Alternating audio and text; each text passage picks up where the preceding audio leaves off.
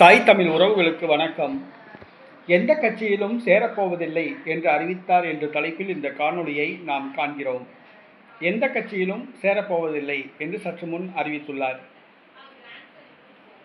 இந்தியாவின் குடியரசு துணைத் தலைவராக இருந்த ஜெகதீப் தன்கர் பாஜகவுடன் ஏற்பட்ட மோதல் காரணமாக தன்னுடைய பதவியை ஒரு சில வாரங்களுக்கு முன்பாக ராஜினாமா செய்தார். குடியரசு துணைத் தலைவருக்கான தேர்தல் அறிவிக்கப்பட்டுள்ளது. தமிழ்நாட்டை சார்ந்த சிபி ராதாகிருஷ்ணன் பாரதிய ஜனதா கட்சி முன்னாள் பாராளுமன்ற உறுப்பினர் அறிவிக்கப்பட்டுள்ளார். இந்தியா கூட்டணியின் வேட்பாளராக சுதர்சன் ரெட்டி அறிவிக்கப்பட்டுள்ளார். இவர் முன்னாள் உச்ச நீதிமன்ற தலைமை நீதிபதி ஆவார். இவர் ஆதரவு கேட்பதற்காக சென்னை வருகை தந்தார். அப்பொழுது பேசும்பொழுது தான் எந்த கட்சியிலும் இணையப் போவதில்லை என்று அறிவித்துள்ளார். தான் இந்த குடியரசு துணைத் தலைவர் பதவிக்கு தேர்வு செய்யப்பட்டால் உங்களையும்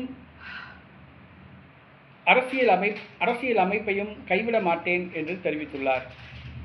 மேலும் நேர்மையாக நடப்பேன் என்று தெரிவித்துள்ளார்.